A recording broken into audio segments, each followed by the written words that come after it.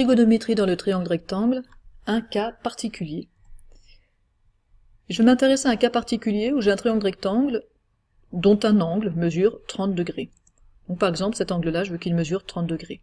Je donne aucune indication sur les longueurs de ce triangle, simplement je veux que cet angle fasse 30 degrés. Alors automatiquement l'autre vaut 60 degrés, vous vous rappelez, la somme des angles à la base doit faire 90. Et puis qu'est-ce que je peux dire d'autre? Que j'ai l'hypoténuse ici, et puis que si je me place par rapport à 30 degrés ici, eh bien ce qui est en face, je vais appeler ça le côté opposé, et le côté qui est à côté, je vais l'appeler le côté adjacent.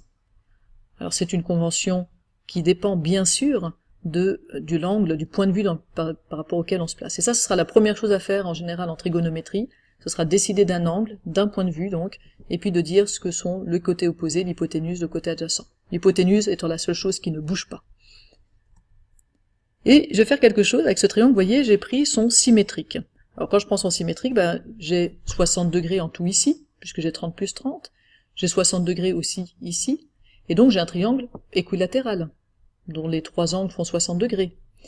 Puisque j'ai un triangle équilatéral, eh bien mon côté opposé ici, il est égal, la somme de ces deux côtés, ça doit être égal à l'hypoténuse. Ce qui veut dire que juste le côté opposé, c'est la moitié de tout ça, et c'est donc la moitié de l'hypoténuse. Je pense que vous arrivez à suivre, je suis en train de dire que le côté opposé est 2 fois plus petit que l'hypoténuse. Ce que je peux écrire, O divisé par H égale 1/2. Quelles que soient les longueurs, ça peut être 2 sur 4, ça peut être 3 sur 6, ça peut être 7 sur 14, en tout cas O sur H est égal à 1/2. Donc qu'est-ce que je dis? C'est que quand je prends un angle de 30 degrés, quelles que soient les longueurs de mon triangle, j'ai donné aucune information sur mes triangles, j'ai un rapport entre le côté opposé et l'hypoténuse de 1/2. Alors est-ce que la réciproque est vraie? Partons d'un triangle dont le rapport entre le côté opposé et l'hypoténuse soit 1/2.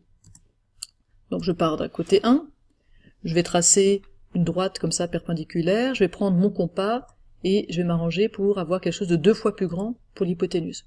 Voilà, j'ai construit mon triangle ici. La question que je me pose, bien sûr, c'est est-ce que j'ai 30 degrés ici? Alors je vais faire comme tout à l'heure. Je vais d'abord rappeler que ça c'est l'hypoténuse, que ça j'appelle ça le côté opposé, puisque je me place par rapport à cet angle principal là, et je trace le triangle symétrique. Qu'est-ce qui se passe quand je trace le triangle symétrique? Bien, je vois que ici je dois avoir 1 par symétrie, ici je dois avoir 2.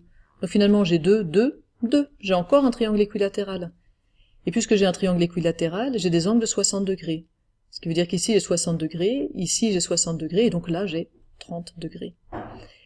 Donc ça c'est extraordinaire. Ce qu'on a vu, c'est que si je pars d'un angle de 30 degrés, j'ai un rapport du côté opposé sur l'hypoténuse qui est égal à 1/2.